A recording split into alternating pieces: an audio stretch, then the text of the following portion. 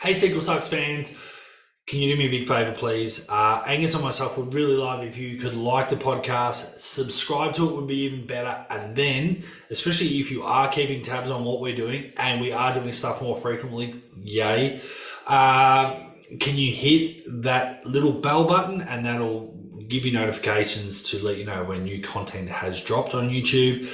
All that stuff is greatly appreciated by both of us and also the guests that we have on the show. We've got some exciting stuff coming up. And look, there's a lot of sequels getting churned out at the moment, and there's some old sequels we still want to get back to, but we really appreciate the support.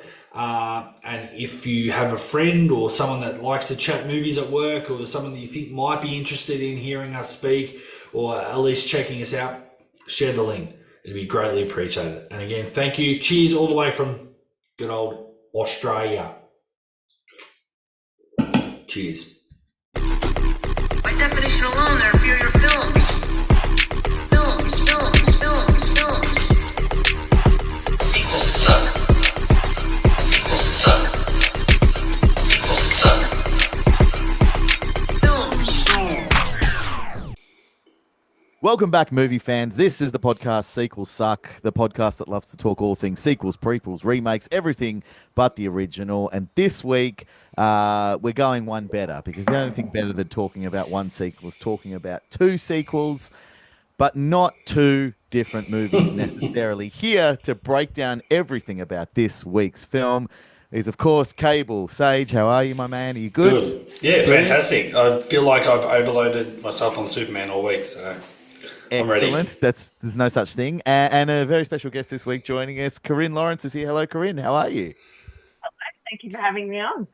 Very excited to be able to talk all things Superman 2 with someone who is excited about it, because honestly, there's not as many people as I thought were excited about Superman 2 when I started telling people, like, oh, we're going to do Superman 2. And they're like, okay. I'm like, no, but listen to this. We're not just going to talk about Superman 2. We're going to talk about Superman 2 and Superman 2, the Donner cut. And they went, what's that? And I realized maybe I live in a bit of a bubble, because that is what's happening this week. Fans, we're talking about Superman 2 and Superman 2, the Richard Donner cut, which, as I certainly learnt in recent weeks, not really the same thing, even though they're kind of the same thing on the surface. So to get into that, I think we should probably all out ourselves here. How do we feel about Superman in general as a character? Because I've found over the years he's become a more divisive character than I initially appreciated. So, Cable, were you a Superman guy growing up? I would have to say yes, because it was the first real superhero movie my generation had growing up. So, you know, Batman didn't come along till I was a little bit older. But the only thing you really had that wasn't a cartoon or a TV show was the Superman movie, and so it was always very big. I remember my thing with this film in particular was Mum had taped it. One of the first times it was on TV, it was taped. We had a Betamax back in those days, and that tape got watched. I reckon I would have watched Superman 2 probably once a week at least, if not more. Because when you've only got a small little collection of movies to watch, and if you're not renting, you watch that movie a lot. Yeah. Yeah, I had like a copy of The Dark Crystal on VHS that scared the shit out of me, but it was one of like 4 VHSs I owned, so I watched it a lot, even though every time you're like, oh, here we go again, this isn't going to be good, but I had no options. So I understand your Superman 2 love. What about you, Corinne? Is Superman someone who's been a big part of your life all along? I grew up in the outback, and like we were not well off, and I thought that I was the only kid who grew up with the smallest selection of movies that I watched on repeat. Because we did, well, I mean, we did go to the video shop, but it was just like, you know, I had maybe like 30 tapes from TV movies to choose from and just watch them on repeat every weekend. So I'm glad I feel like less alone about that. But my first introduction was to the Christopher Reeve Superman series, and I actually kind of watched it in reverse. So I didn't see Superman 2 until last. Oh, So I saw Superman 4. That was the one that was on television. That was probably the first time I actually saw it. And that got played pretty often in Walk in Broken Hill on regional television.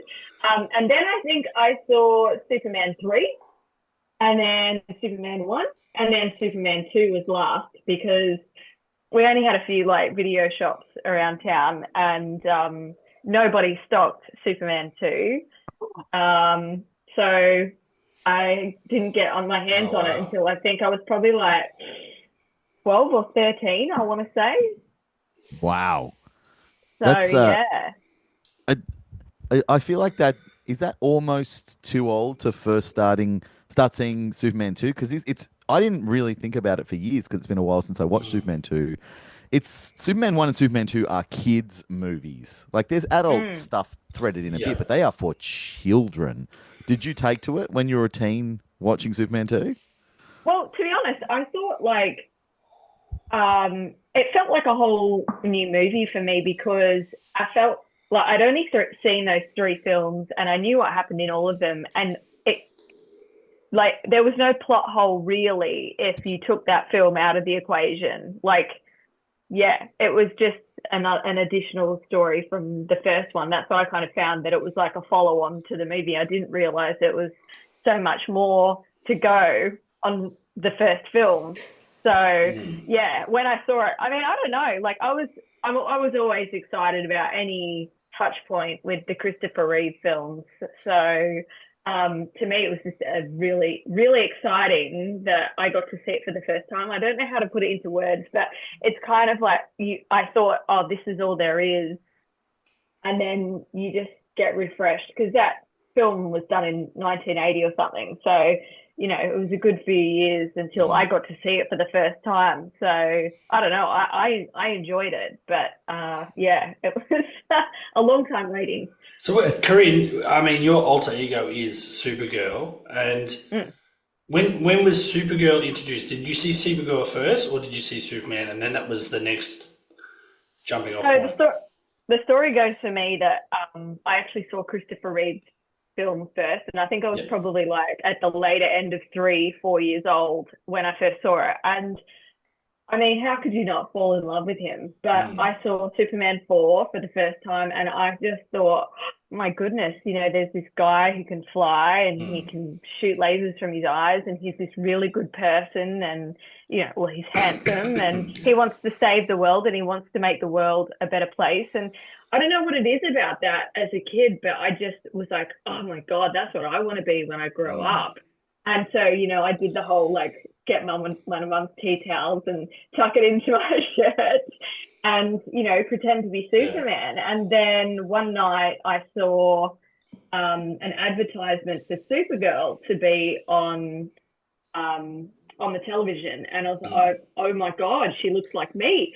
Only, you know, it looks like Superman, but it looks like me, but it's a girl and she's got a skirt on. And I was so excited about that. And so that's kind of how it went. It went Superman 4, Supergirl, Superman 3, 1, and then 2. That might almost be the perfect order to watch them now that I think of it. Like in terms of quality, you might have gone in reverse order from least to best because there's some things going on in 4 that we can have best left forgotten in the past. But yeah, once you start to get to like 3, then Supergirl, you're like, okay, cool, and then 1, and then 2, you climb the mountain in the right order. Yeah, and I think good because I didn't really see until, you know, into my 20s probably how poor the special effects were in Superman 4. You know, so yeah, I guess it kind of gave me this whole reverse appreciation for Donna's work. And I mean, I don't know, I guess it's great because of the naivety of being a child, you know, and also I suppose back in the 80s when we watched those films for the first time on television, we were watching on an old tube TV. Yeah. So, you know, sometimes like seeing stuff in 4K is not the best on those old films, because you're like, oh, I can see a wire. Oh, I can see like one of the straps on Supergirl's cape holding it down with the little wind machine at the back. So, you know, but it fulfilled all of that, those beautiful childhood, naive, imaginary things that you've got to have as a kid. That was really a special time in my childhood. So, Well, yeah. it's something that really struck me revisiting. I haven't gotten through all four yet, but revisiting one and then two and then the Donna cut in preparation for this, I didn't. I kind of knew in the back of my mind, I didn't really appreciate how far we've strayed from Superman being a kid's character. And you're talking about, like, you know, you watch as a little kid and you're like, wow, this is amazing. He's fighting these bad guys. He stands for good. He flies. He's got lasers. Like all these things that amaze a child. It's not hard to see why people have been so dirty on the current crop of Superman movies, because it's like, let's take him super seriously and make these movies for grown-ups. And the first thing grown-ups are going to do, like, well, that fucking guy can't fly and shoot lasers out of his eyes, so what the hell's going on? Like, it's a shame. Like, Cable and I both have young kids. It's a shame that we can't take our kids to the cinema and be like, look at this guy in a blue suit fly around and do cool shit. Like, honestly, my kid's version of Superman is Sonic the Hedgehog. Like, you want a blue guy who can go around fast and shoot lasers, who's also cool. That's what they get now. Superman is not for children, and it's a gosh darn shame. Yeah, I have to agree. I think Henry Cavill made a beautiful Superman, you know, to look at, and he was the right presence, but he got a dark story, and they painted him quite, in my opinion, narcissistic. And it was very much away from the genuine qualities and of Christopher Reeve's Superman. And I think, like, when Christopher did Superman after that, you know, DC was like, we're gonna write our books, our comic books, and draw our imagery around Christopher Reeve. Like, he's embodied Superman, whereas, 100%. You know. I mean, I'm not a huge Zack Snyder fan, I have to admit. And I really didn't like, you know, the blue lens that they put over everything for Man of Steel. Because I agree, it isn't a children's story, but the whole premise and the point of Superman, and the thing that I think you fall in love with the most, is it makes you want to believe that someone like that could really exist. And give us hope. And then to see your character become this, like, egotistical, sort of, you know, inconsiderate of people. You know, Christopher Reeve's character was like, protect the people and, you know, make sure nobody dies in the event of trying to save the world. Whereas Henry Cavill's Superman kind of didn't think about that. He was a bit irresponsible. And it's like, this isn't the Superman that I grew up with, that I connect with.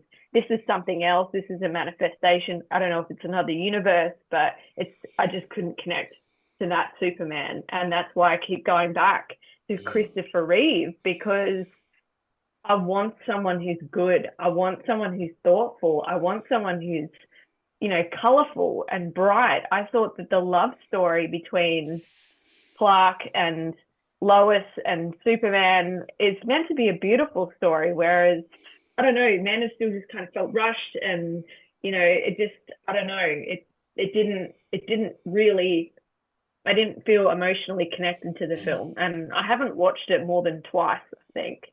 Yeah, I'm the same. I watched it at the cinema and then did not enjoy it. I was like, maybe I'll give it another go when I'm in a better mood, and rewatched it. And I was like, no, I was right. And it's kind of crazy when you think about, you know, all these stars and you know, when they talk about perfect casting and just, or even accidental casting, and then someone was just perfect for the role. Christopher Reeve is so perfect as Superman. It's almost has to be top 5 all-time greatest casting choices of all time, because like Corrine just said, he just embodied and just took that character to like absolute heights, and it's like you did believe a man could fly. And you're right, it was just something about even the way he looked after people, the way he would smile, it just he killed that role. And it's just like, I don't think even look at Brandon Ruth, Henry Cavill. I think there's some good actors that could step into that role, but I just think everyone's always going to go back to Christopher Reeve. You can't. It's like it's the peak, and then it's like you're never going to ever replicate that again.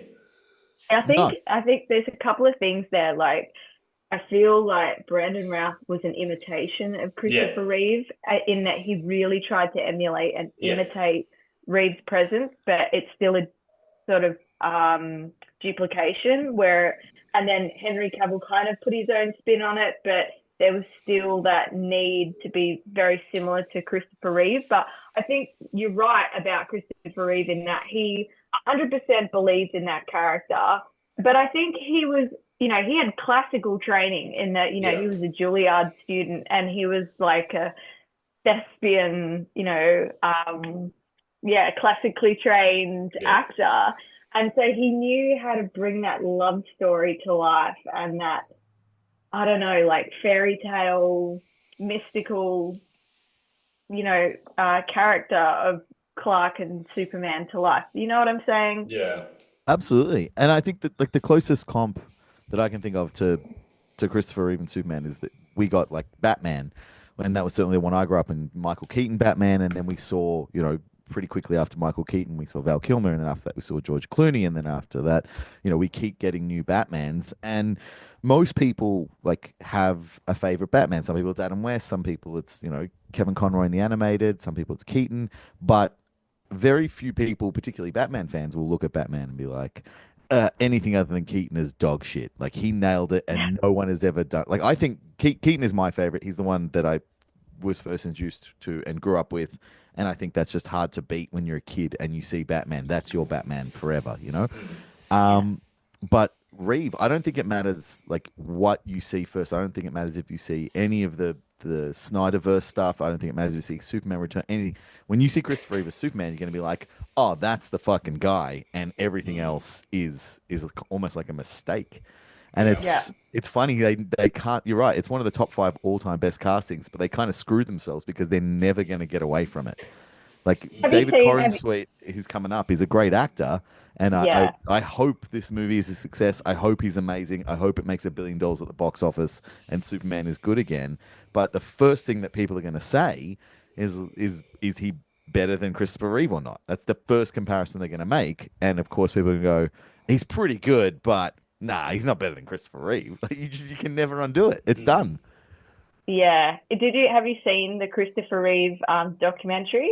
Have you guys seen that? The Super Slash or Super Dash I Man? am the worst. I had intended to see it, and then it went on a different streaming service, and then I didn't have access to it, and Oh, okay. It's currently on, I think, Prime for rent. You can rent it. I don't know who's streaming it, but is it just going to make me cry like a little child? Yes. Yeah. Of course. Okay. Yeah. I did not really have a dry eye. I went to see it at the Melbourne Film Festival, and I cried like a baby through the whole thing, but it really, really made me understand why he is the chosen one, like why he is Superman in a real personal way. So, I think that's why it's really hard to beat him. And I don't know, like, I guess you have to watch it to understand sort of his relationship with Superman and how he sort of, battled with it, but then he just grew into it kind of thing. He just sort of accepted it because even today, can you not admit that in some ways, sometimes with the way life is, you do wish for that hero to arrive. Of course. When is someone coming to save us? And they still haven't come yet. Like you said, you said something really, the chosen one, and it's so applicable to Christopher Reeve as well. Like, we hear stories sometimes where some celebrities in costume will go to see a sick child in hospital and all that sort of stuff, but that's still fairly rare in the scheme of things. They might do that once. Christopher Reeve did that a lot. Like, Christopher is I'm Superman. The kids believe I'm Superman, and this is just part of who I am now, and it's important to these kids. And he did his own stuff, and when you hear those stories and stuff like that, you're like, well, even more amazing. You know, like it's just truly Superman. You know. Yeah, I think it's understandable for actors to be, they treat it like a character and they want to separate themselves from it because they want to play many different characters. But I think as someone who cosplays a character and it's kind of a form of acting, I didn't understand the responsibility of the character until, how I got into cosplay was that I actually dressed up as Helen Slater's version of Supergirl because she was my hero and she was coming to Armageddon and like I really wanted to meet her and I thought, how could I not turn up in costume? I've been cosplaying this character since I was 4 years old. So I really want to pay tribute to her. But it was when I got there, I didn't really understand how important cosplay was or what it meant to kids and things until I was lining up waiting to get my picture taken with Helen. And I spoke to a mother who said, my she's not into princesses. She's into superheroes and there's no superhero toys for my daughter to play with. And, she wants a hero. So she's really excited to see you here today. And that really hit home to me because, growing up in a small town, we had one big W and there was zero superhero toys for girls. The 80s was very much about princesses and Barbie and Disney, and I just wasn't into that. And so I struggled to find my toys and things that I could connect to. And then on top of that, I also met a dad who had two daughters and he was the sole carer of those two children. And he was like, the girls wanted to put their lipstick on before, meeting Helen. And he's like, oh, can you give me a hand with this? I'm a dad. Like, I don't really do lipstick. And I felt so honoured because these two sweet-faced girls both looked up at me like, they were excited to have Supergirl help them put their lipstick on so they could get ready for their picture. And knowing that they didn't have a mum figure in their life, I just thought, like, you couldn't have asked for a better, like, hero or role model for your kids to identify with or look up to sort of keep you on the straight and narrow sort of thing if you don't have a mum, So I just started to learn that day a lot about the responsibility of the character, but then playing it. And then that's kind of as well for me what led into doing hospital visits and things like that. And then that is where you really understand this isn't just a character. This is more than that. Like it means so much more to people. And I'm sure that Christopher Reeve would have started to really digest the power and the responsibility of that role. It's a lot to carry because when you're human, you make mistakes. And you're not perfect all the time, but it's something really nice to live up to and to bring happiness to people's lives. So I'm sure that's something that he would have really grown to understand, even, once he'd had his accident and had spent even more time in hospitals and with people that really needed his hope. Yeah. Yeah, and it's insane to think like the greatest of all of the people to ever play a superhero, who did probably the most with the responsibility of doing it, is the one who copped it the hardest on the back end of their life. Like the cruelty of that is just absurd. You talk before like, when's the hero going to fly down and save us? It's like, I mean, if that's going to happen to the greatest hero, we're probably going to be waiting for a hero to fly down forever because that's just absurd. And to know it was like one way he could have been dead, the other it was like just would have got up and walked away and a bit embarrassed. But then to have it like sever his spinal cord and he's a C2 incomplete. So that's why he like needed to be on a respirator and stuff. But like it was just so unfortunate that happened to him. Like really, really unfortunate. Yeah, sucks. Well, you were talking about toys before. I think that's a little bit of a segue. Do you have a toy to show us, Corrine? Oh, yes. Well, I mean, that is kind of the thing that for me, it came full circle because, I grew up idolizing this character, and I got my first costume when I was 4. It was actually a handmade dance costume that belonged to my mum's boss's daughter, and she said, "Oh, I've got something your daughter will love." And it was, my mum brought it home one day, and I don't think I ever spent a weekend out of it as a kid. So, that was my toy, because I didn't, I guess I put little capes and things on my Barbie dolls, but to finally have a toy of my own and in my own image is wow, I really am a superhero now. I don't know if you can see that, but amazing. Yeah, that's cool. Me. That's so incredible. So yeah, real mini reel in Braeside made that for me, and it's fully 3D printed. Wow, that's cool. So yeah, I'm a real superhero now. I think you've really made it when you've got an action figure of absolutely. your own. I mean, I think that's the thing. If you've got that, you're made in the shade. Yeah, And it's all of this. I think is all spiraling from, like you said, from Christopher Reeve being the first sort of person to really bring a superhero to life on the big screen. Their whole thing about, you will believe a man can fly, and Superman being this massive event. I think he gets, not just Christopher Reeve, but Superman in general gets lost a bit as being such an originator of what is now a behemoth of a genre, because Superman has gone a bit by the wayside, and then they tried a little bit in the DC. But people seem to forget that this was kind of it. This was how we got started with all of it.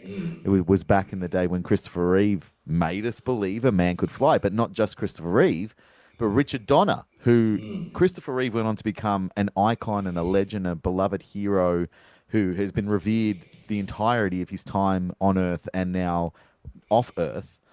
Richard Donner, who, while respected and beloved as a director, got shafted so hard that people don't even realize I shouldn't laugh. that I he shouldn't directed laugh. the first one, let alone the second one. He got eradicated from the history of superhero movies, and that just seems an absolute cruelty.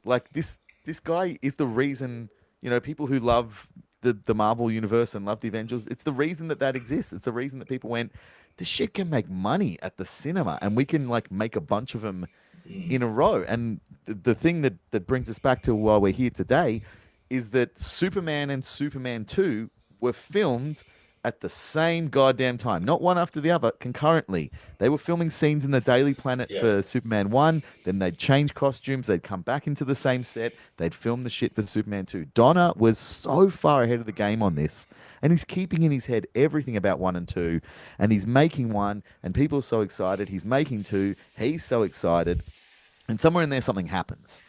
And Richard Donner suddenly is the director of Superman the movie, but he's no longer the director of Superman 2. And by the time Superman 2 comes out, it's another Richard.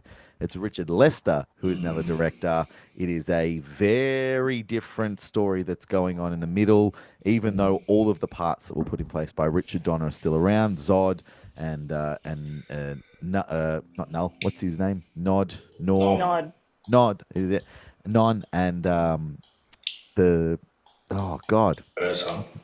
Thank you. They're all still a part of it. Superman obviously still a part of it. Lois Lane's still a part of it. But everything in between is kind of it's a bit cooked. So we should probably start at the beginning and start with Superman 2, the Lester cut, I guess we'll call it.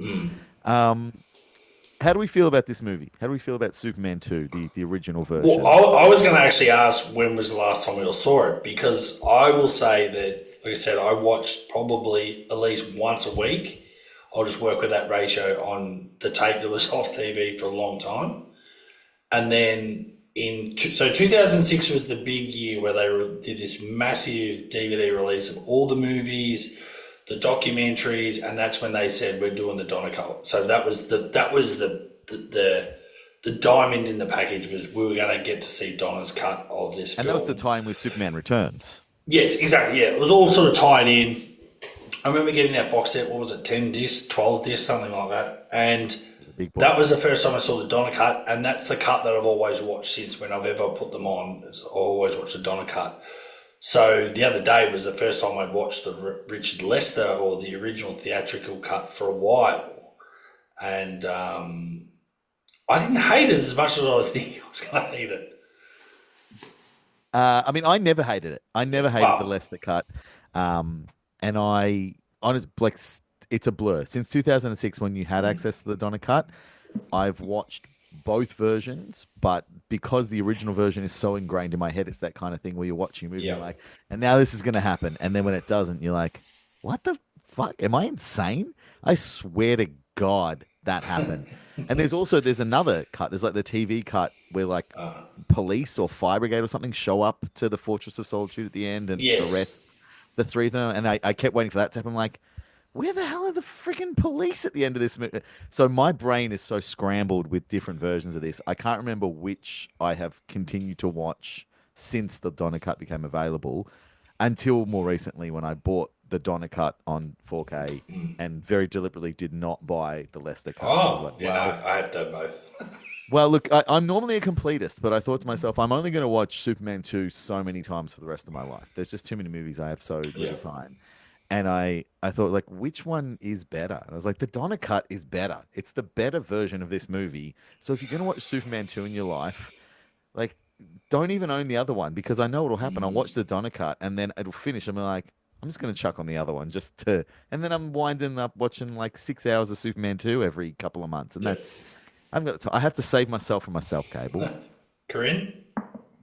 I am a Donna girl. I guess first of all I don't know, it's a matter of principle. Yeah. So I didn't like how he was treated, and so already I feel a loyalty to him there. I think he's a lovely man, and I think at the time Superman was being filmed, they didn't even know how they were going to get him to fly. And I think that's partly what blew out a lot of the budget is it's like, do you want this to be satire or a joke and something that people are going to mock and people are going to lose a lot of money? Or do we spend more money to make a really good picture? And Piri Spangler and the Soul Kinds were pretty like about money. So they're businessmen. You know, they weren't movie people. They were businessmen. And so they really couldn't understand where Donna was going with it. But yeah, on a matter of principle, I'm a Donna cut. And I feel like Lester, I didn't like what he did to Superman 3, and I didn't like the lighthearted. I do like lightheartedness, but I felt it was too light and a bit silly in some parts. And I just feel like Donna had more soul. The film had more soul. More heart. And so and a bit more, I don't know, logical, like just, I don't know. There were just things that were just kind of a little less believable in the Lester cut than it was the Donna. I mean, the whole Eiffel Tower, setup, it's so ridiculous. Even in a movie where a man is Superman, like there's suspension of disbelief in this film, but it's so pointless and ridiculous. And you're like, why are we doing this? How is Lois Lane getting into the Eiffel Tower when there's terrorists there to start with? Like, I know she's scrappy, but come on, guys, like let's don't treat her like an idiot. Don't treat Lois Lane like an idiot. She was a smart woman and a very independent woman of that era, of the 70s and 80s.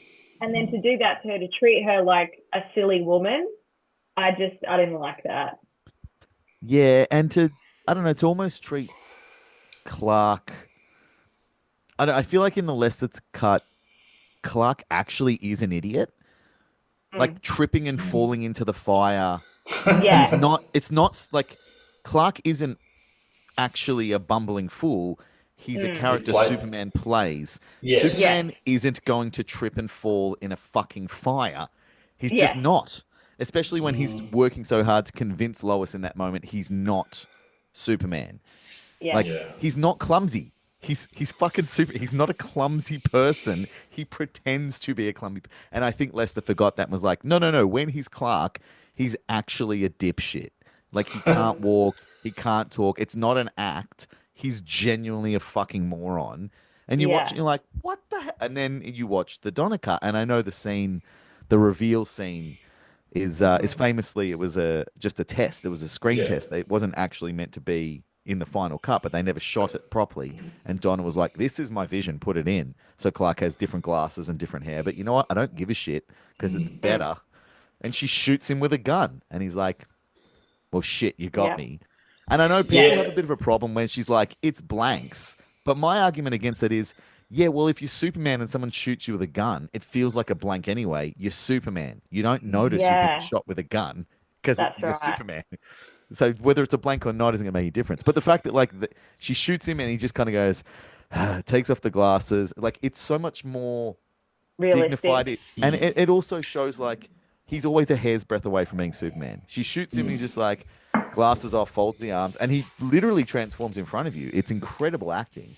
But you look at it and go, that's how you do it. That's how you show us that this guy is only pretending to be Clark Kent, not trip and fall like fucking Peter Sellers in the Pink Panther into a goddamn fireplace. Like this is not a slapstick movie, Lester. What are you doing, bro?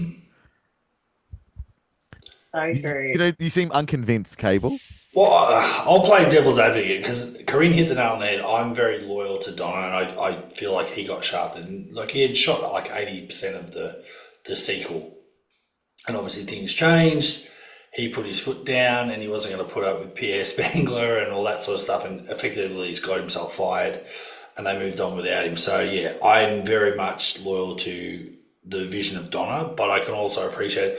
I still feel like while the Eiffel Tower stuff's ridiculous, and not all of the Lester stuff is great. I think some of the moments between Lois and Clark / Superman in the Lester cut are pretty good. Like, I do feel like some of the moments they had together and the dialogue and just the chemistry they have on screen, I think is almost a little bit better than some of the stuff in the Donna cut. And again, that might be because Donna didn't get a chance to really complete it to the way he wanted, but I think some of the Lester stuff is still good. I'm not saying the whole package is great, but like you said, that the tripping over, like even having the polyester bear skin rug that he trips on is ridiculous. I agree with you that, but then that reveal and those moments they have together, I think are really good. And then when they're at the Fortress of Solitude, I think some of that stuff's really good. So it's not a complete fail. No, look, it's not, because even the Lester cut of Superman 2, I think is, well, I don't know if better's the word. It's more fun than Superman 1. I think whichever version of Superman 2 you're watching is more enjoyable than Superman 1. I think it's that, for starters, you get more Superman. It's like, I don't know, almost half an hour before, forget Superman, like Christopher Reeve shows up in the first one. It's another actor playing young Clark, and it's the Jor-El and the baby, and it's all the other stuff. So to actually get to the bit where you're like, oh, okay, and then once you get him, then it's just him in the city and the paper for a bit. So I get it. You got to establish character. I think they take a bit too long in the first one, whereas in this one, like straight away, you're in the shit. You got Clark, you got Lois, you got Superman. We're off and we're running, and the pace of the film is more interesting. I think Lex Luthor, the way that they do him in these movies, okay, they've made him kind of a goofy, funny kind of guy, but in the first one, it boils down to it's a real estate scam. He wants to do a real estate scam, and that's what he thinks is the most evil thing in the world, and that's what Superman is left to deal with. Whereas in this one, you've got Lex Luthor who's out for revenge, far more interesting thing for a character, plus 3 other Supermen / women characters who are as strong and also bad. Like, just top to bottom, better story, more interesting, more fun. But the Donna cut, it moves. It zings. Like, I think it's something like 6 minutes shorter. You cut it. The Lester cut, I mean, start at the start. The Lester cut retells the entire of Superman 1 in the opening credits. It's ridiculous.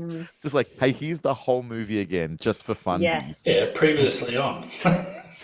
Yeah, it was a previously on section. I was like, oh, God, this guy doesn't know how to But you know what? When I was a kid, because that was the only version I had on tape, that was always good because you got to refresh on the movie you haven't got. And so I mean, I would suggest to people, if it's been a while since you've watched the Superman movies, you want to check it out, and you can only get access to Superman the movie and Superman 2, the Lester cut. Skip Superman the movie, watch the Lester cut, because you'll see Superman the movie in the first 3 minutes. Well, of the Lester cut. I will say, and I you can just get into it. surprisingly enough, ABC, is it what, ABC iView has the Lester cut up at the moment. Well, it has all 4 movies. It just doesn't have the Donna cut. Yes. Oh, does it have the other? Yeah, all 4 maybe movies I'll are up. watch. Yeah. Maybe I'll watch 3 and 4 as well. Just really dig into it. So the big difference at the start of the Donner cut compared to the Lester cut, the Donner cut, the way that Zod and his crew are released is the fucking Eiffel Tower bomb, which just, my God, he throws it into the outer space. It blows them up. The Donner cut, far better. It's actually happening concurrent to the first movie, where the rocket that is going to blow up everything, in saving the day at the end of Superman 1, he actually releases the bad guys at the same time. So that, like, the storytelling of that is delicious. That's incredible. It's like, yeah, you saved the world, but you also semi-doomed it because you brought these badasses down upon us.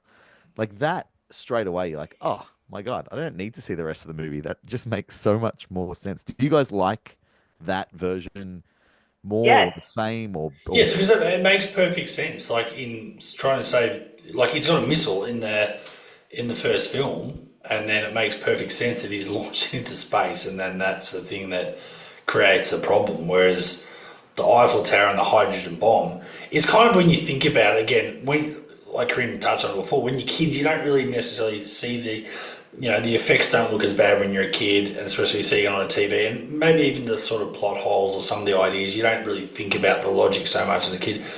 But the logic of even the Eiffel Tower stuff, like him just destroying the Eiffel Tower to get rid of things, like, get rid of the bomb. Why do you have to get rid of the whole lift? Like, it's kind of a bit ridiculous like that. Do you know what I mean? We know for a fact you're faster than a speeding bullet. You've got time, champ. Yeah. So it's just little things like that. But it's like, you're right. But it is, the Donner cut does show that clearly when Mario Puzo wrote the script, which was 500 pages or something, it was clearly made to be split into 2 movies, which was the obvious plan. Sorry, let's just pause there for a second and say that again. When who wrote the script, Cable? The person that wrote The Godfather, Mario Puzo. Exactly. That's which is another crazy fact. To time. Whichever version you watch, the fucking person who wrote Superman 2 is the person who wrote The fucking Godfather. That's crazy. Insane. Yep. How are those his 2 credits? He hasn't really done anything else that I can think of. And that's a lot of how they got Marlon Brando on board too. It was because of Mario. Because Brando really didn't take the film seriously. He just knew he'd cut a bloody sweet deal. Yeah, he took the money seriously. Yeah, absolutely. He didn't take the role seriously, and I think that was one thing that Christopher Reeve was quite upset with him about, is that he made it quite apparent that he was there for the money, and Christopher Reeve was there to take the role seriously. So, yeah. But he was paid $3.7 million to not pay it seriously. That's crazy. I think he's on screen for less than 2 minutes, I think, in the first movie. It's something ridiculous.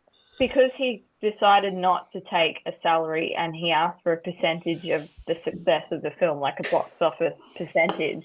11.75% of the back end. That's an absurd number. Yeah. That's more than like Tom Cruise got on the first Mission Impossible movie. That's friggin' crazy. Yeah, especially in the 70s. Yes. But that's also like, I'm sort of a bit foggy on some of the documentaries, but I watched them quite a while ago. But I think, wasn't that the whole thing was they wanted people to take the movie seriously, and they wanted to get some clout. So it was like they went to Brando and Hackman and were like, we need 2 big names to start selling this movie and get the interest and I guess get the money over the line too. So I guess getting Brando in early got the buzz happening, and then get more people interested in the movie in general. But nice little segue there too, because Marlon doesn't turn up in the Richard Lester cut. Have you noticed that? Like, doesn't just turn up. They kind of obviously repurpose his voice even for the intro. They don't even show him in the the previously on Superman, you maybe see his hand. We only see Lara. We don't. His voice is different. The dialogue has been changed. When you get the guilty, all that stuff that's said to the three that are going into the Phantom Zone, that dialogue's changed, and it's someone that's clearly been repurposed as a Marlon Brando voice or whatever. Well, do you know who? So the actor the bald guy who's like the voice and the face. Yeah, Lobot. It's Lobot from Star Wars. That's who they got instead. Fucking Lobot shows up. That was insane. Well, the reason Brando. they didn't get Brando in because he did too well off the first film, and he was too expensive to have on the second one, so they just cut him completely. Yeah, exactly. Yeah, makes financial sense. They pay him so much, but I mean, that's if you need a pretty clear-cut example, like who's gonna make the better version of a movie? The person who uses the already shot footage of Marlon Brando, or the person who doesn't? I mean, for Christ, it's like I know that he didn't always make the best films. But what do we fucking do? It's Marlon fucking Brando. Like, he is still one of the greatest actors of all time. And Lester's like, no, Lobot. And Donna's like, put fucking Marlon but wouldn't in the movie. Yeah, in fairness to Richard, though, I think, wouldn't that have been more on the financiers, the Salkinds and Spengler, on cutting that stuff? Because that would have saved the money. But having said that, back in that era, reusing stock footage, I don't think that would have cost them anything because that didn't sort of kick in. No, because Crispin Glover hadn't caused the fuss over Back to the Future 2 yet. Exactly. So using his likeness again to show stuff, I don't see why they couldn't have used his stuff. But I'm not. My feeling is that Lester was a pushover because he was a studio stooge and he was brought in to be a yes man. And so, like, you can't do this. And he went, all right. Whereas Donna was an artist and was like, I'm fucking putting Marlon Brando in. Like, I just have more faith in Donna as a filmmaker, I think. Yeah, okay. Well, I'd only heard this recently that, I knew that always heard that Richard Donner had pretty much shot about 80% of Superman 2. Like you said, it was all done very concurrently together, shooting from location to location, putting stuff away for the second movie. And then there was this mad rush. Let's get the first movie out. Let's hope it's a success and we'll worry about 2 later. I only heard recently the Richard Lester thing, why so much stuff was reshot and, like you said, like didn't use stuff that you probably should have used, was he wouldn't, as per the rules back in the day with Hollywood, you have to at least shoot 50% of your own stuff to get director's credit. So if he had have gone with a lot of Donna's stuff, even though it was what they wanted and it would have worked, he had to come up with scenes and reshoot stuff to even get, I guess, paid and get the credit for the film. So devil's advocate, I was like, well, I agree with you. There's stuff I would have gone, well, we'll just use that stuff. That's a perfectly good take. Makes perfectly logical sense to keep that scene or whatever. But, we've got to tweak it a little bit and do my own spin on it because, hey, I don't get paid. It always comes down to the money. That's it. Yeah. Got no business, you got no show. Down to including like fully, not just fully shot scenes, but fully like cut and special effects scenes. The one that's in the Donna cut where Lois throws herself out the window. Yes. Instead of the Niagara Falls bullshit where she jumps in a river, we get her like putting herself in actual danger and throwing herself out of a fucking window. And again, we see that Clark is not a bumbling buffoon. He launches himself downstairs, laser eyes, bing, gets the thing out, the canopy out. She bounces. He doesn't catch her and give himself away. He lets her fall in the fruit and hurt herself a little bit, and then shoots back upstairs and is out the windows like, Lois, like, that's genius Mensa level stuff. Yeah. But they have this, but like the laser eyes, everything, they've done it all. It was shot. It was done. It was ready to use. And still he was like, nah, I'm going to chuck her in a river. Oh, man, come on. Really? Like, Jesus. She almost drowned in that scene too. Like, she almost drowned doing that scene. She must have been so thrilled. She's like, I already shot a better version of this, and also in the worst version, I nearly died. Yeah. So very frustrating. I want to just briefly like pour one out for Ned Beatty, who I feel like got a little bit fucking shafted in this because he's a big part of the first one, and it feels like he's about to be a big part of the second one. And then no matter which version you want, he gets kicked off that ladder, and then it's bye bye Beatty. You're just out of the movie. Am I insane in thinking he was already a pretty well-known actor in the 70s? I Yeah. feel like this Yeah. guy wasn't a nobody. Ned Beatty was Yeah. he was a known entity. Yeah. I Did think he apart shoot that thinking it was going to be like a post-credit scene in the first one or something? Like, how did you get him on board with that, guys? That was a sneaky little trick on poor Ned Beatty. Like, he's replaced by the female sidekick whose name I can't remember, test marker. Tess Marker, and then he's just out. Well, I kind of feel a bit like she wasn't. I don't know. I feel like she was a decent female character in the first film, and I felt like she was she wasn't on Lex's level necessarily, but she wasn't far away. And Ned was, or Otis is the bumbling fool. Yep.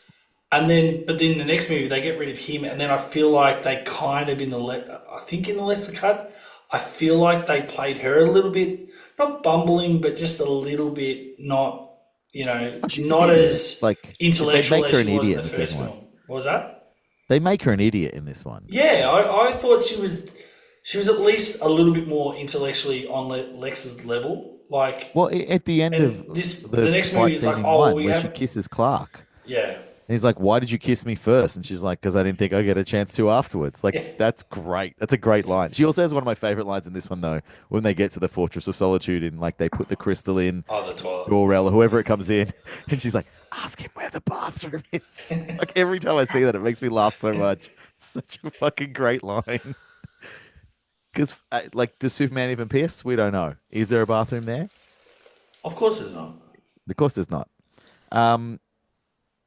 Irrespective of which version we're talking about, there is a part of this movie that has baffled me forever, and hopefully you guys can shed some light on it. Why does the take your powers away machine exist at all? Why does that? Why is that a thing that comes about when he throws the crystal into the ground and the Fortress of Solitude grows? Why does Jor-El tell him how it works? Why does he use it? I mean, I know he uses it, but why would you build something to take away your superpowers? Has that ever struck you as just being the dumbest fucking thing to ever exist? I don't know. Maybe if Superman was not the only person to escape Krypton, maybe there were other survivors. I mean, that's kind of what you found through like the Smallville series and even in the Supergirl series, like that there were other people who had powers that were roaming the earth, and potentially it could have been used for that. I'm playing devil's advocate here, but no, I love it. I love any kind of logic being brought into this because it's something I've never been able to get over. Yeah, I mean, it's one of those Supergirl had a lot of plot holes, but it's one of those things that I guess it's just kind of use your imagination. You just have to kind of like, because they don't explain. Supergirl, I feel like they're out with that film was that they use magic, and one thing that's never explained in any of the Superman, Supergirl series is that Kryptonians, one of their other weaknesses is that they fall for magic. So that kryptonite is not their only weakness. They fall for magic as well. So does that mean that the giant like cellophane S he throws off his chest is magic? The fuck is that thing? Yeah. That insane power he seems to have. Or you know what? He also has the magic, kiss of amnesia at the end. Yeah. So, yes. we didn't know about that superpower. Across the board, I feel like the powers are a little bit vague in this movie. Yes. Like Zod and Ursula and none, like they can, like they have the ability to like point their fingers and bring things, like they can levitate guns towards them. Yeah. They can like power out of their fingers. They can. They teleport. They can teleport. Yeah, like all this kind of stuff that happens. I was like, the fuck could Superman do any of it? What is this Kryptonian shit? This isn't what happens. This is insane. And then just no explanation. Like no concept that, oh, they've been out there in the radiation of space for so long that they've absorbed nothing. It's like, no. Just all of the Kryptonians have every power. Superman just chooses not to use them, I guess. Yeah, they're always plot fillers, I feel, whenever they lean Yeah. into magic. It's because it can just kind of be explained away or, it's just kind of use your imagination thing. They don't give a reason. It just is. It's This just is like like the episode of The Simpsons where comic book guy is just quizzing Lucy Lawless about Xena the Warrior Princess, and she's just like, anytime something like that happens, a wizard did it, and he won't Yeah. let it go. And now I feel like I've become comic book guy. I'm like, but what does it mean? Tell me what Superman's powers are. But you're right, like that. Even him getting rid of his powers, especially again, I'm just going off the Lester cut, where he says he's in love with Lois and he wants to live as a mortal because that's the only way he can do that. And That's a lie. and she's like, even Lana's like, Lara's, I guess hologram comes out and so pretty much touches him and says, "Are you sure?" Kind of thing. Like this, it's you can't reverse it, kind of thing. And we know obviously that it's reversed, but you sort of wonder, is that a test as well? Like, I don't know. It's a bit you can't say one thing and then go, "Oh, hang on, shit's happening now. I need to be Superman again. Let's get it reversed." I don't know. It's again, but as a kid, I never really thought too much about it. But I that's the way I look at it. In my brain, the logic is that, well, it's what he wanted to do, but they kind of had a fail safe. They're telling him, you can't change it. Are you sure you want to do this? And then there's still the backup fail safe because he's probably going to have to be Superman again. I feel like, though, it explores an important part of the whole thing about Superman, though, if you think about it, right, is that it's kind of a reflection on humanity of our own, like, frailties and that we're looking for a savior. We put a lot of burden on this person who is a stranger from another planet who came here and he knows that he's different and he wants to fit in, and it kind of is exploring the thing of you are different and you're special, and that's a good thing because you can do so many amazing things for humanity, and we need that. And I think in that moment, once he realizes his mortality, it sort of, it goes down that path of us realizing like why we need him. Yeah. You know what I'm saying? Like, and I feel like Superman it kind of like Clark Kent. Him playing Clark Kent is almost like sort of a parody of human beings, of like how helpless and silly we are, and how we don't look inside ourselves for a hero, that we always think that whatever it is that we need is outside of us, that we can't help ourselves, and that we're always waiting for that savior. And the hero complex is, well, I mean, it's kind of the story of the evil versus good, or hero villain story. The reason why these stories are so great for kids is because cognitively it's easier for kids to digest than discover the complexities of what human beings really are. And but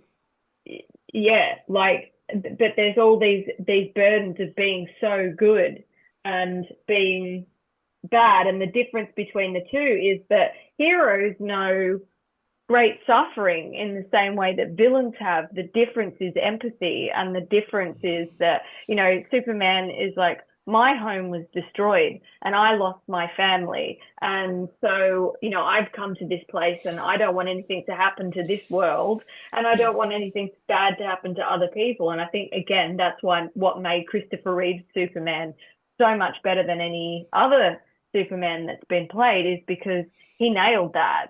And the villain story is always, I want everybody else to suffer for my suffering. I'm going to make everybody pay for the shitty life that I've had. And they have no empathy. They want everyone to make everyone feel as bad as what they do, versus want people to not feel the pain and suffering that they've felt. Do you know what I'm saying? So, yeah, I just think that exploration of him becoming immortal is key to the Superman story. So I think just that little device or whatever it is, helps us see that part of Superman. And I don't really think they've ever explored it that well in any of the other films. As in the other Superman films with Ralph and Cavill and that. It's such a beautiful way of looking at that moment. It's such like a holistic way of looking at it. This time when I watched, I like with my idiot monkey brain was just like, oh, he just wants to fuck. Well, I feel like they wink. I bet that as well. No? In the galaxy. But the one thing you can't do is have sex. And he's like, oh, fuck the powers. Get rid of him. I don't need him. I don't want him. And then he bangs her and then goes and gets the shit kicked out of him by a truckie. And I've never seen a character in a film have immediate regret faster or harder than when Clark gets punched in the fucking face and he's like, blood. And it's like, just, you see straight away, he's like, I have made a huge mistake. I've fucked up so bad. I much prefer your interpretation, Corinne. You're a far better person than I am.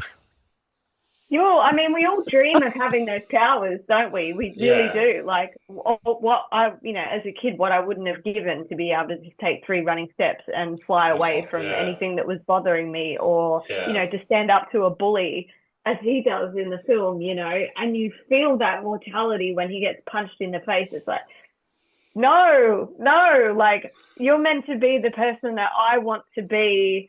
That if a bully punched me in the face, I would send him flying across the counter. And to see him do that, it brings him down to our level, and there's something uncomfortable about that. Something really uncomfortable. Yeah.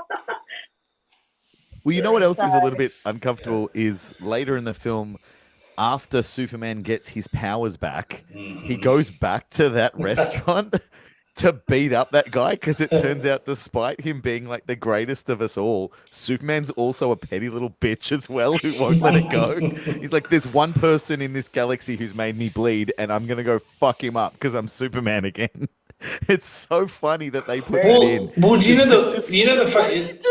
I'm glad you brought that up, because Lester had that in his cut, which works. Donna kept it, and there was another version of that in the cut, but because they put the whole him reversing the world again, that doesn't make sense. It means he just walks into a diner to pick on a guy that doesn't. He just beats the shit out of this guy. He's like, "Who the fuck are you? What did I do?" That's funny. Making up for the future. Making up for the future, mate. Maybe it would make him more humble. Yeah, when he comes be a better person. Yeah. I also want to know how, after Clark gets rid of his powers, do him and Lois get to that diner? Because the Fortress of Solitude seems like it's in the middle of nowhere. But if it's walking distance to a diner for humans, it must just be like around the corner from some shops. How has no one found it before? It must be so close to that fucking diner. They walk there in like 40 minutes. That's ridiculous. Yeah, they don't even look that cold when they show up. True. Yeah, in either version, I'm like, what? And then he has to walk back there to get his powers back. Yeah. But the walk back seems way longer.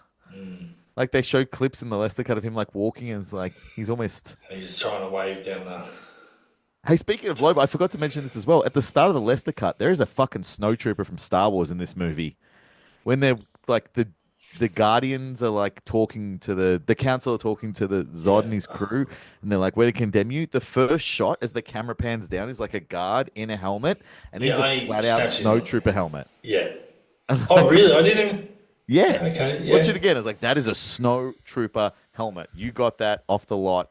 And you're just like, chuck this on. This will fit. Just hurry up. Just snaps his neck. Lobot probably stole it when he was on set.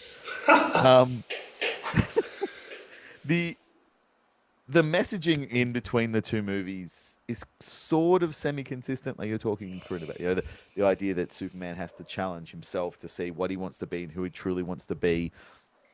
The way that it's carried out at the end, where it's either, he gets his powers back and then beats the shit out of everyone and saves the day, and then magic kisses Lois's memory away, or he turns back time. Do we have a preference for how? Because the turn back time thing there's a whole reason that happens. Yeah. Both Donna versions. But do you have a preference for the way that they choose to like carry out the success of the hero in this movie? I wish he didn't turn back time. I wish it kept moving forward because it just seemed you can't do it twice, Superman. Like, you can't abuse the power of being able to fly around the world twice. So you kind of have to, like, because you're messing with the timeline, and you can't do that, Superman. It's a little bit irresponsible. You kind of have to suffer the consequences of your actions and move forward. I think that's the frustrating thing about the turning back time thing. And I think it's an easy out.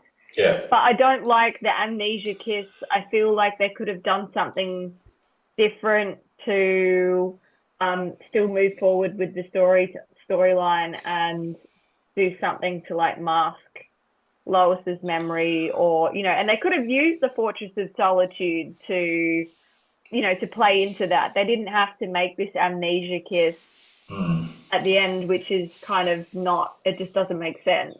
So, but It's an absurd thing.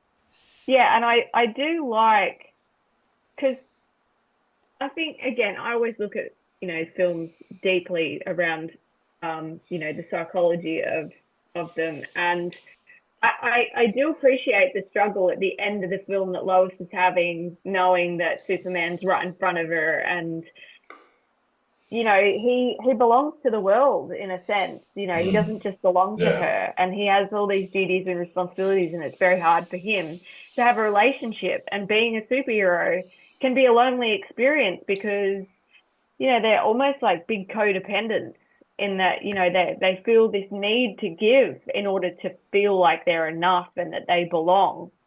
There's a real identity struggle of who am I? I'm this big thing to the rest of the world, but what if I want to be something different? And there's not a lot of things that allows me to be anything more. And what are my desires and what can I have? And you can't really have a lot when you hear a cry for help and you have to, like, take off. And it's always at the expense of your needs and the people that you love. Do you know what I mean? And that they're the things that I love about Superman. I mean, people think he's such an easy character. He's too good. But there's so many other things you can break down about Superman personally. And I feel like, the struggle, I liked seeing that at the end of the film. I just wish there was some other way that they had done it and not an amnesia kiss.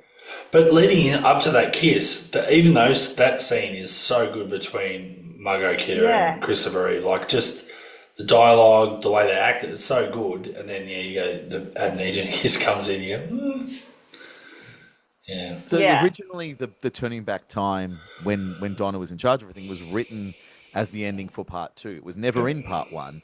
There was a different ending that we're going to do, and then because he knew, like, we're going to do this, and then as they were getting along, they were struggling with the ending for 1, and a suggestion was made, like, hey, why don't we use the turn back time ending for number 1, and then we'll figure out the ending for number 2 when we get to that.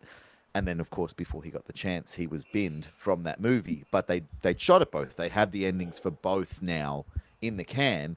And Lester was like, no, we're not turning back time again. We're going to do something different, obviously. And he and his team came up with the amnesia kiss, which sort of this idea that Superman is so friggin' sexy that he can kiss you and you forget he existed or something, I think was the logic. I mean, if I kissed Christopher Reeve that day... But I think the problem with both endings is they do something that 3 and 4 certainly go on to continue, is they completely undermine Lois.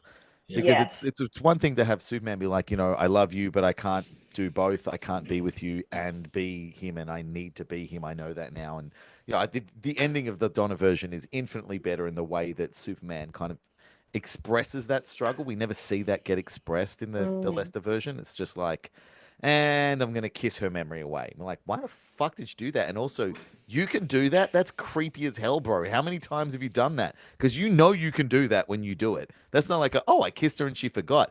How many times in high school did you hook up with a chick and be like, shit, no, forget I was ever here? That's so unsettling to think about what Superman could do with women and then kiss their memories away. Gross, yucky. Yeah. But in the Lester version, in the Donna version, obviously he has to turn back time. But I think the better version is just in the way that Donna does, like, I can't do both. Have Lois realize and accept, yeah, that is how it has to be. Yeah. And then we get to see her struggle with it at the end. You know, when she says, boy, you really are super.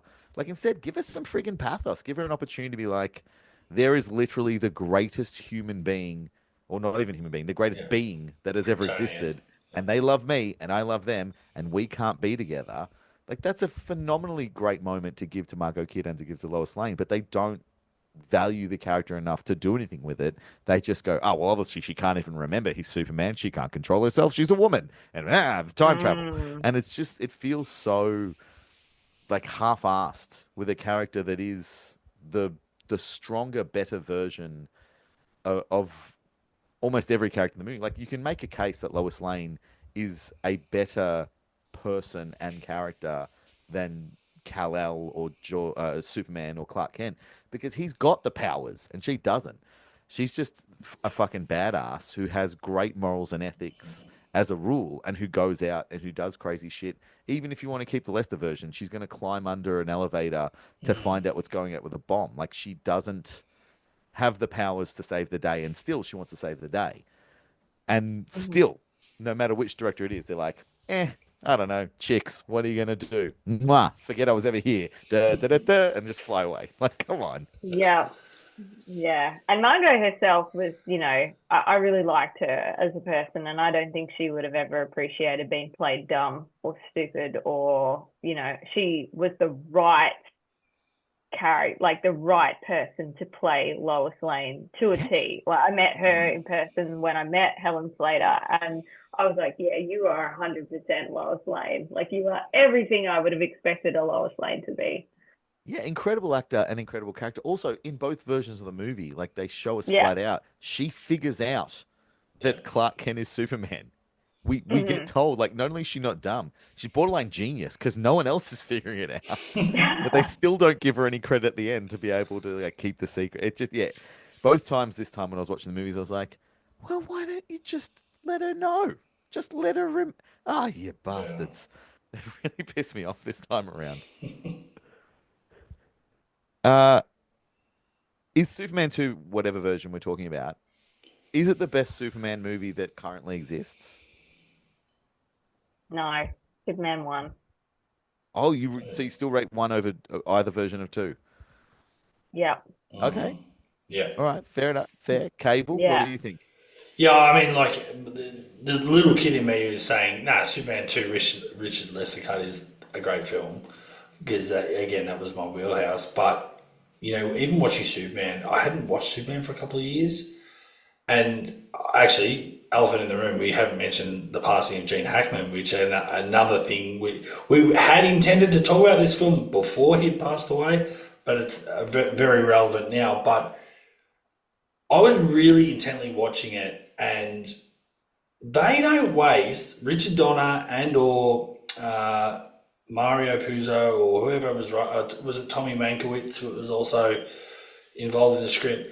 They don't waste any dialogue at all. Like, everything, like, even, you know, we talk about Marlon Brando kind of not taking it serious, but everything he's given to say is important, and is said with an importance, and the dialogue is so well written, but everyone gets a chance to actually just, I don't know, I just don't think they wasted anything is wasted in that first film. I think whether it's some of the logic and some of the other bits and pieces, you could argue till the cows come home, but I think when it comes to dialogue and when they're talking to each other and setting up the story, they absolutely waste nothing. Like, it's all just hit out of the park, and just like top-notch performances from everyone involved. And I just think it's so well written, that first film. And so I do think... You are correct. It is a brilliantly written film. You're absolutely right. So I do feel like, unfortunately, that's where the sequel does fall down, in that, you know, you have that transition where, oh no, we're getting rid of Donna and we're bringing in Lester, and then obviously that's where they dumb down even the characters in the second film to make it a bit more comedic, a bit more fun. But that first movie, like, they just, and again, that's why that's the template for all superhero films and origin stories. It's like they just, You just mentioned the passing of Gene Hackman, which is devastating, and we've talked a lot about in this episode that like these are movies that we grew up with, and I was realizing this week like we have come to a point in time where the movies we grew up with are Yeah. starting to go the way of when we watch this movie, Yeah. Lex No one's Luthor, left. Otis, Lois Lane, Clark Kent, Perry White. They've all passed away. All the actors who played those And Richard characters have all Donner. passed away. And Richard Donner now has passed away. Like we're watching these movies and they have become artifacts in a very different way these days because these it seems so impossible to think, but you watch Superman, you're Yeah. like, none of you are still here. That's so upsetting, and it makes me even more glad that the fandom, the passion, the commitment around these films led to enough people, not just fans being like, release the Snyder cut, like insane people, but actual people within the studio system, the people who make the artistic decisions and the money decisions went, oh, we should make the Donna version of this movie. There's actually genuinely enough people who want it, who would appreciate it. It is enough of an important part of a legacy of a lot of great, excuse me, a lot of great artists. We should do this because it's not on paper a smart financial decision for a studio to completely recut and then re-release a movie from the 80s. That's madness.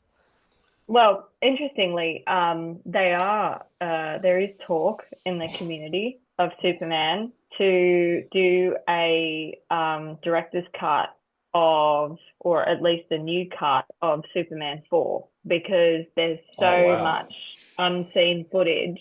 And there's a guy, actually, you can look him up on YouTube. I think his name is Aaron Price or Alex Price. And he has taken a lot of the Superman 4 footage, and he has he's redone it and put his own like CGI on top of it, and it looks real sharp, real clean. Yeah. And he's part of this real passion to restore Superman 4 to its original story, which is there's actually two nuclear men. The first one is what's his name? Clive Mantle, and he's the first one, and then that nuclear man turns out to be a bit of a failure, and that's a whole like chunk of Superman 4 storyline that we haven't seen. Yeah. So there's an opportunity there to revisit the 80s and get a much better cut of that film. And I guess with today's technology, we can overlay a lot more stuff and make that, not so great special effects into something better if that's what people wanted to see. I think it's just there has to be an audience there for it to get people to go along and see it. And it sort of leads me into that next question of, we've seen it already with the Flash movie where, they brought back the image of Christopher Reeve and Helen Slater for the first time on screen together. And was it Nicolas Cage, who never was? They put that in as well.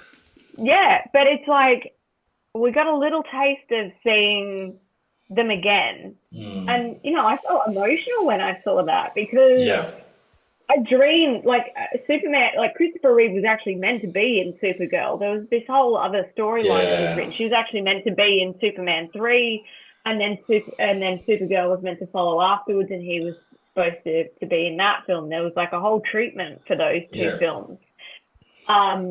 And so I guess, with AI getting better and, you can sample, a person from the past voice, that now AI can mimic it.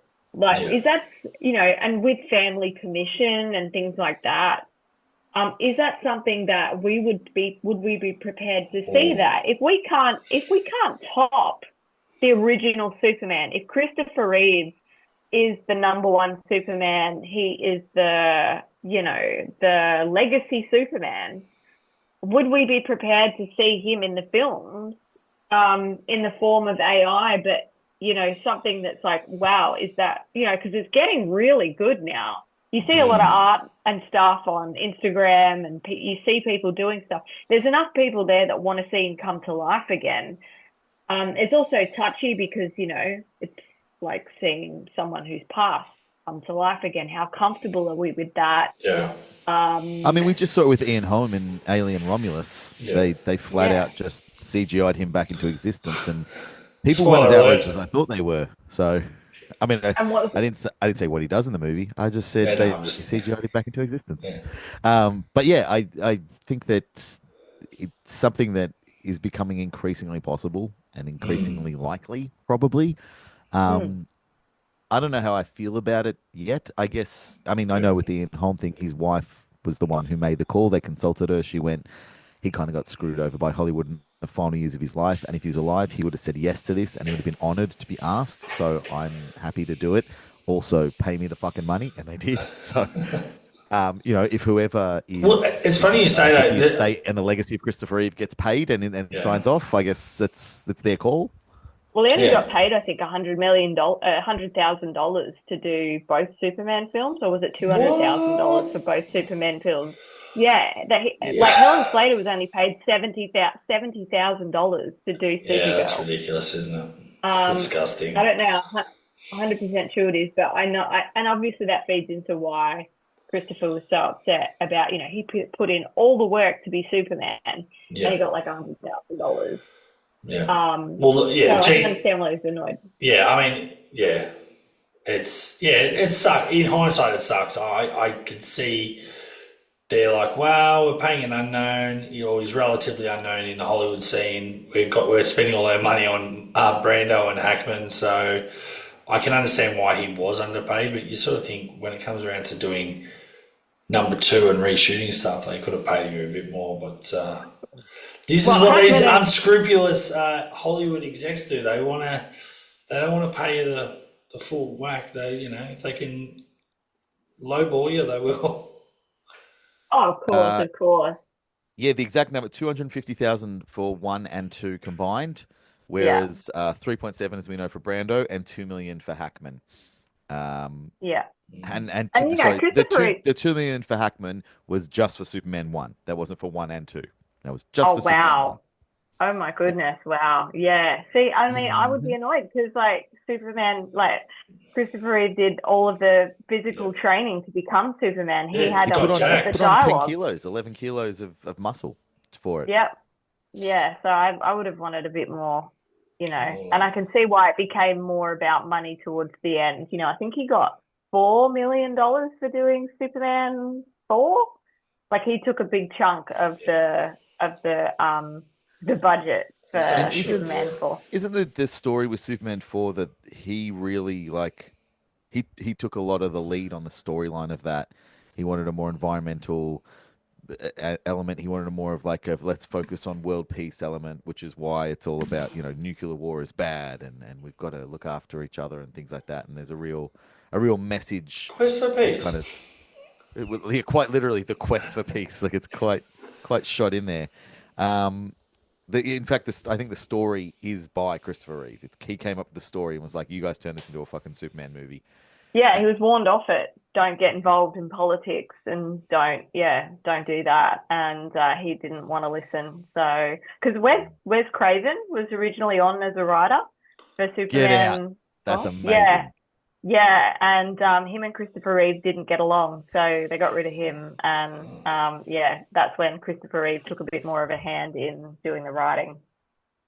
I mean, look, somebody might have been right because it was the last Superman movie he ever made. So, yeah, I don't know.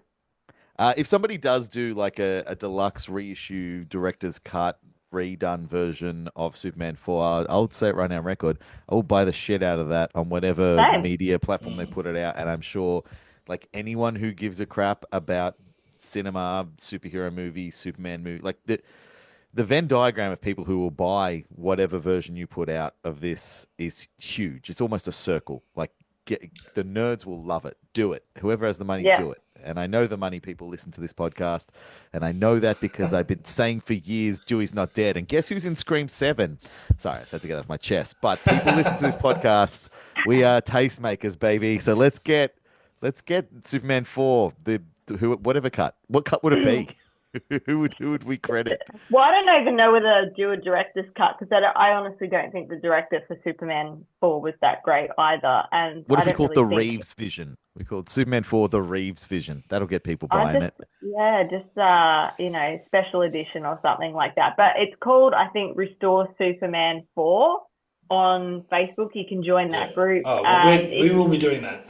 Absolutely. yeah, What if they just call it yeah, Superman 4 the good version this time? the better version. The quest for a good movie. Actually good this time. It sounds incredible. Um, I love both versions of this movie. I know I've been a little bit harsh on Superman 2, the Lester cut, but I love both versions of Superman 2. I'm so thrilled that they looked at Superman 2 and like, no, let's do it again, but better. Like I wish more studios and more creatives had the energy. I know that's a big part of it. It's not just the money or the courage to do it, it's the energy to do it, because I've watched a lot of the making of stuff around making the Donna cut. And Christ, it looks like hard work. It looks like Well, it this was because such they had to go back to the hard job. yeah, they had to go back to the original negatives, which some were not in great shape, and I think, like you just They said, had to like bake them. I was going to say they had to To bake them and get them up to celluloid, like just imagine, like like, it wasn't you're like on they your just went to the 75th vault. canister of Yeah. film you're baking. Can you just be like, oh, you know what? Fuck it. We'll just watch the version we've got. I don't care anymore. Yeah. But they pushed through. Yeah. Yeah, imagine if someone It is funny. overbaked it, wouldn't it just melt?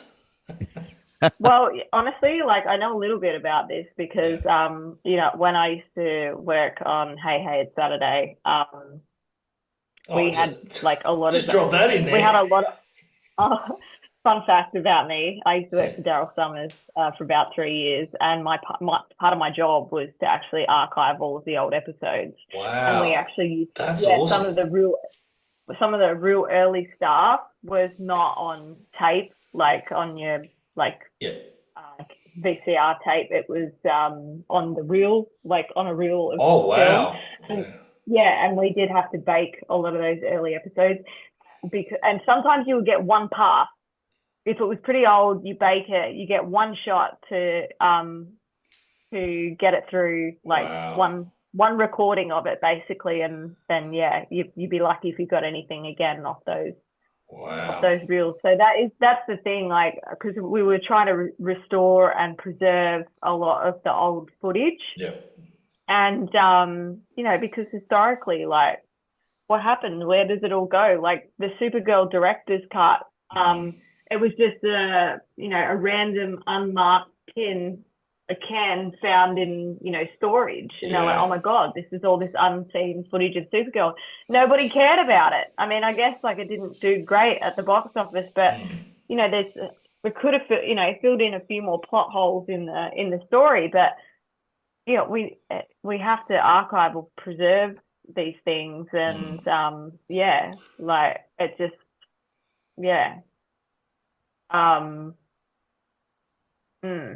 it is crazy to think, like, you know, when I feel like I've watched that many documentaries on films when they have gone back to look at the original negative. Even when George Lucas went to redo the Star Wars films, like some of the quality of the actual negatives of those, they had to recolor and fix up. Yeah.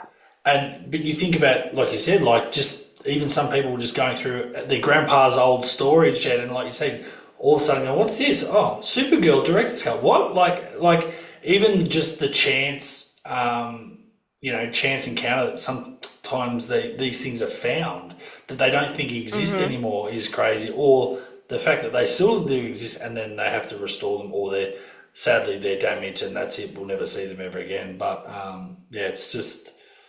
Yeah, it's how we preserve our you know, existence, I suppose, you know, our civilization. That once upon a time we had a story that was, you know, this man who came from the sky and saved us all, and he wore a cape and trunks, and he was, you know, here to do good. And, you know, imagine if those amazing stories were lost, you know. I mean, if you think about, I don't know, the films today, and maybe it's just me being biased, and I, you know, reminisce a lot about my childhood, and it was a great time in my life. But I feel like, again, no one's topped the Christopher Reeve stories, really. And, you know, we look back and they're a little clunky now. The special effects is, you know, maybe not as great as they are today, but then even today's special effects, I feel like it's like, I'm not buying into that. I need it to slow down a little bit. Like, I want to see him fly. I don't want to see like this streak just disappearing. I know he can fly that fast, but slow it down for me as the audience so I can invest in this experience. Yeah. And they keep revisiting old material because they can't, I don't know, Hollywood is run out of ideas. They can't come up with anything 100%. new. They're going back to old material because they know that's what works. And, you know, these are just kind of, I don't know, they just can't seem to outdo themselves, if that makes sense, you know. I want to know what's happened to go from writing these great stories and making these great films that we keep going back to all the time, and I don't know, maybe it's oversaturation of the market that, you know, everyone's streaming now and there's like endless amounts of content that we're just not really invested in any of it. I don't know, like, how do you sit on Netflix and flick these days and go, I don't want to watch that. I know it's new, but I don't want to watch that. And then it's like, hey, it's Superman 1, 2, 3. No, I'm going to watch that. It's like an old pair of slippers that you put on. And I don't know. I mean, I ask myself this question as well. You know, we talked at the beginning of this about how we watch the same shit over and over. When we were kids, we had to select a bunch of movies that we'd watched on repeat. And then now, like, I ask myself, you know, why do I keep watching the same movies over and over? Like, I should be watching new stuff all the time because there's only so many hours of movie time left in my life to watch. Yeah, and I keep using them up by watching the same old stuff. But it's actually, it helps soothe anxiety. Yeah. Because you know how the story goes and how it's going to end, and there's some comfort in that. And it's like an old friend that when you put it on, you feel safe and warm and happy again. And nothing these days, I don't think, really provides that anymore. I think particularly when we're talking about superhero films, what we've seen more recently is we used to have superhero movies where, like, for lack of a better word, artists were interested in creating a film and a story built around this fantastical character. Richard Donner wasn't just a gun for hire on this. Like, he's a director with an established career already, and then we saw after, you know, the debacle of him getting bounced from Superman 2, he went on to continue having a very successful career. For listeners who are like, I don't know, who's this Donner guy? Like, we're talking about the man who did The Omen, who did The Goonies, who did the Lethal Weapon series, he did Ladyhawke. Like, any direction you look in his career, he's made amazing films that have stood the test of time. This just happens to be two of them. And you also look at things like Batman, you know, Tim Burton.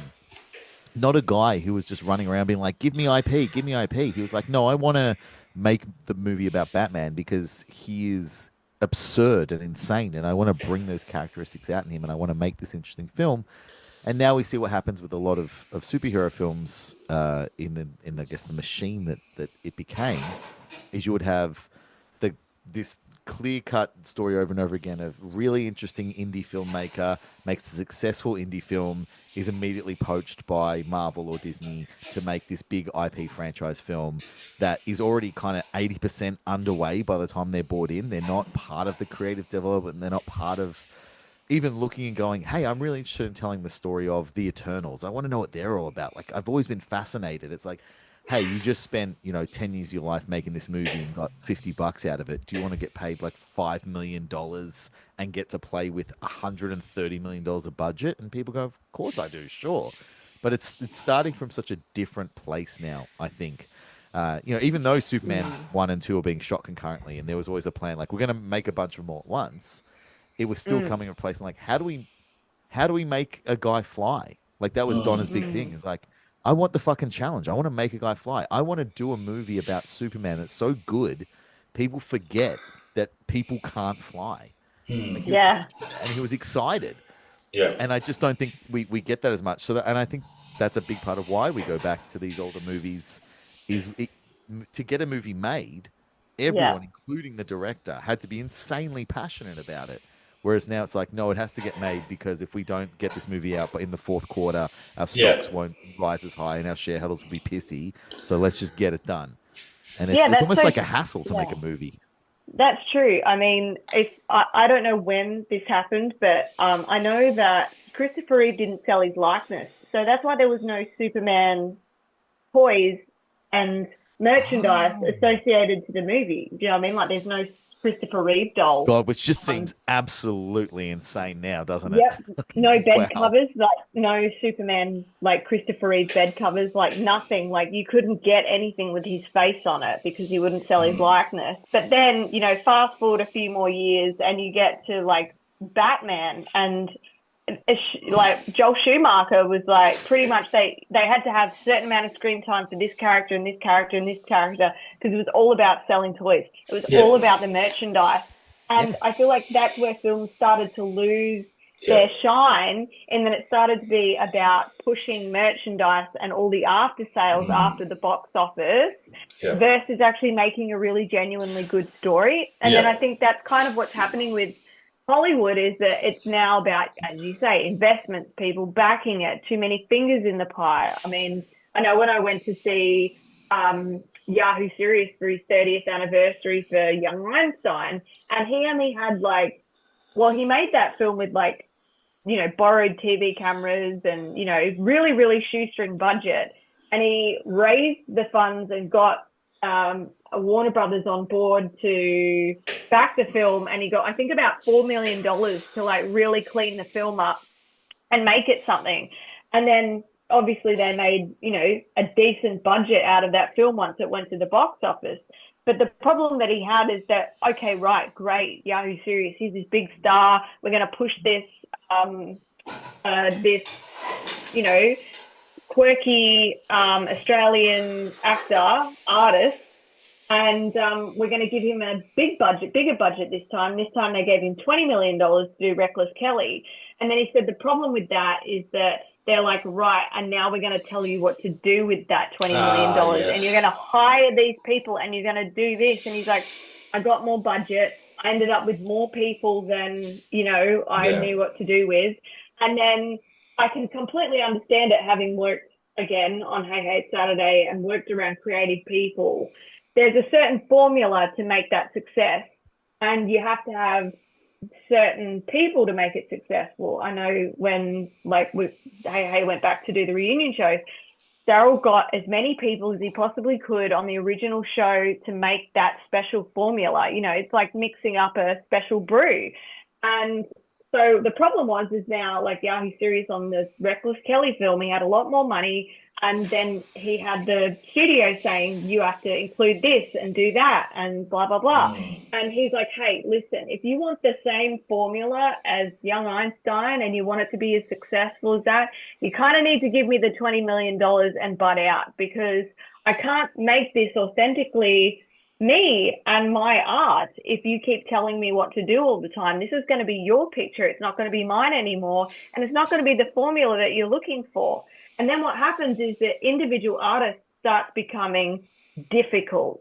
And as you can imagine, that's probably what happened with Richard Donner. It's like, if you want the same formula, if you want the same success as the Superman 1 film, you kind of got to give me the money and bugger off, because, this is what makes it successful. And that's what happens. And it just gets diluted in stuff that's not even about the film anymore. It's about just investments, and now Hollywood, all sorts of weird shit. But, no, but you're right. It is a huge... It's that Yahoo Serious story, you could put that on Kevin Smith as well. He made Clerks. Everyone loved him. All the executives, Miramax and Universal, they wanted him for the next film. They go, here's $8 million. He's like, I don't need $8 million to make a film like Clerks.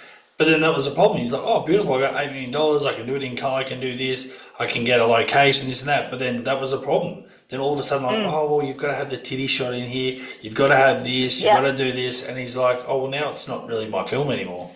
Yeah, that's right. Exactly. And what does he talk about in Mallrats? He talks about the fact that Superman and Lois can never have sex because he'll blow a load through her back like a shotgun. And that's why he takes his powers away. It came full circle. We did it, and I knew we would. We're brilliant. What a journey talking about this film. My God. But what a great film. If anyone's listening and is like, oh, I haven't checked out the Donner cut, should I? Yes, you should. If anyone's listening, like, I haven't watched the Superman movies in a while, should I? Yes, you should. All of them. All 5 of the Christopher Reeve was one you should watch because they're all great in their own way, even Yeah. 3 and 4. They're worth I it. think They're fun. They're awesome. any touch point with Christopher Reeve, it's worth it. Even like that's what Superman 4 is. It's like I don't care that this was crap. I'm just happy to see him again. Yeah. Yeah, and I think anyone who's about to start working on any of the big budget Marvel, DC, whatever superhero movies should be forced to like sit in a theater and watch Superman and at least Superman 2 and then afterwards and be like, so what did we learn? What was good? What was good there? What did you like about that? Okay, Yeah. great. Now we're going to give you the same money that Donna had to make the first one.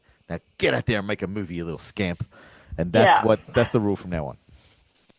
Yeah, I hope that they do bring some like fun and innocence back in with the James Gunn stuff. I really faith do in hope. anyone, it's James Gunn. He definitely seems to know how to make a fun, action-packed, interesting film about insane situations. It's all he's done throughout his career. I don't think anyone had any faith in the idea of a Guardians of the Galaxy movie, especially starring the tubby guy from Parks and Recreation. Yeah. And look at us now, baby. You know, that was a fantastic film. So look, the future is potentially bright for Superman. But even if this new Superman movie fails, just go back to Reed. You'll never be sad. Go back to Superman 2. Go back to the Donna cut. You'll be so happy. Yeah. I'm feeling positive, but I think Christopher Reeve is always going to be my one. He might be the one actor that's just absolutely unbeatable in a superhero role. You know, we'll see what happens with the future of the current crop. I guess the closest we've come in the current crop is Robert Downey Jr. as Iron Man, and we're already talking about seeing a new Iron Man coming along. But I don't know. I don't know if that'll take. You know, we've seen new Spider-Mans, we've seen new Batman, we've seen new Superman, and the Spider-Man and the Batman took, and the Superman just didn't. So, bow to the king, baby. Reeves is the all-timer.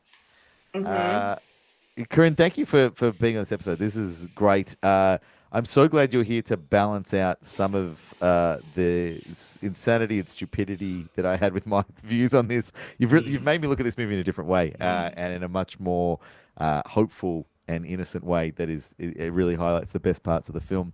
Where can people find you if they want to track you down online and see you in Supergirl in real life? If you want to see me as Supergirl, you can follow me on at Supergirl Diaries on Instagram. And people always ask me why is it called Supergirl Diaries. It's like because this journey started when I was 4, and the whole Instagram is really just me like sharing my experiences as Supergirl. It's not really there is a lot of photography I use with the cosplay photographers, but largely it's just my journey with Supergirl. And then if you want to see me out of cosplay and just normal me, it's at Corrine.loves, and I post a little bit of fashion. I'm a very big 80s nerd, so I love 80s fashion, and I really love 80s action heroes, and I've actually just released another reel on who would I choose Mickey if Rourke? the alien. Yes, he's in there, but who would I choose if aliens were going to invade the Earth? Like, who would I want on my team? And I've just done a whole reel on all of these 80s action figures. So, yeah, that's Amazing. what I like to do there. That sounds sick. All right, well, I know what I'm doing when we wrap up here. This is a heck of a good time. Make sure that if you're enjoying the shenanigans we do here, like, subscribe, all of the regular things that everyone you've ever listened to a podcast do will say. It genuinely helps, and we really do appreciate it every time somebody clicks any of those buttons. And if you go on any social media, you can just search Sequel Suck and we'll come up. You don't have to worry about the specific ats and whats and nots. Cable, this is pretty good time, man. I mean, sometimes we talk about movies and I'm like, all right, I'm glad that's over. I kind of want to go and watch Superman 2 again right now. Oh no, I could go and watch Superman 3 and 4 now. Like they're the ones I'll be honest, I don't really go back to them very often at all. So I completely forgot that Richard Pryor's character in Superman 3 is called Gus. Now I'm even more excited to go watch it. Well, I always laugh about Superman 3 because it's referencing Office Space. I love Office Space, so... Yeah. I always laugh at Superman 3 because I saw Richard Pryor do stand-up on one of his live videos before I saw him in Superman 3. So when I saw him on the cover, I'm like, he shouldn't be in a Superman movie. Yes, that's not okay. that's true. I know the words he says, and they're not for Superman's ears. And everyone listening, thank you so much for joining us. This is always the best fun. And please remember, not all sequels suck. We'll see you next week, friends. Bye. Bye. Hey, sequels suck fans. By definition alone, they're inferior films. I almost remake a quick warning of this episode is